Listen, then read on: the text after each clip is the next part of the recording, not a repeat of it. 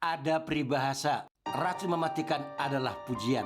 Dulu ada seorang raja berkata kepada istrinya yang cantik, "Istriku, katakanlah dengan jujur, siapakah yang lebih tampan, aku ataukah raja dari kerajaan Konoha itu? Tentu saja engkau, suamiku.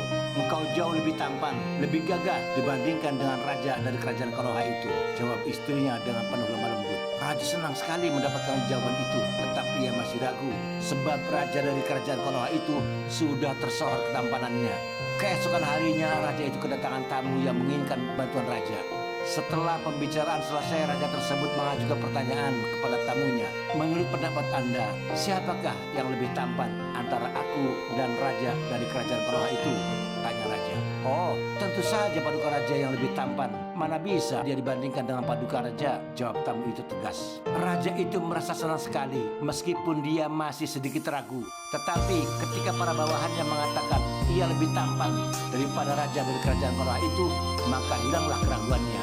Selang beberapa waktu kemudian, raja dari kerajaan Konoha itu mengadakan kunjungan kehormatan kepada raja tersebut.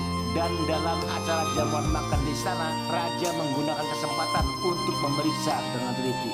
Sungguh tidak berlebihan pujian yang diberikan kepada raja Konoha itu.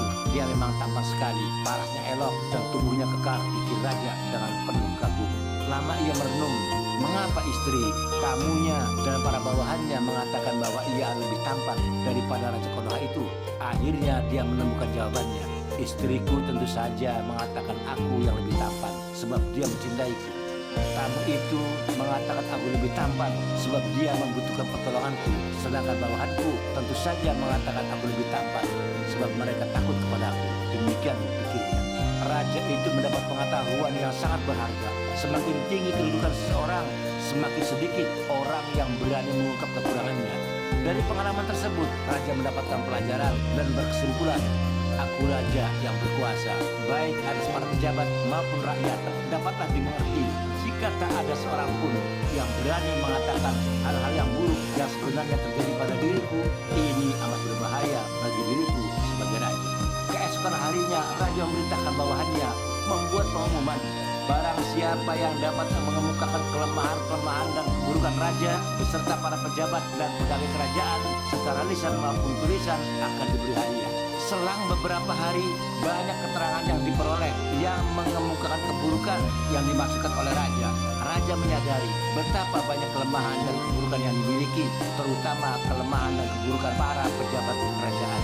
Raja tidak hanya memenuhi janjinya memberikan hadiah kepada mereka, orang-orang yang berani mengungkapkan kelemahannya, tetapi juga menerima dan melaksanakan usul mereka.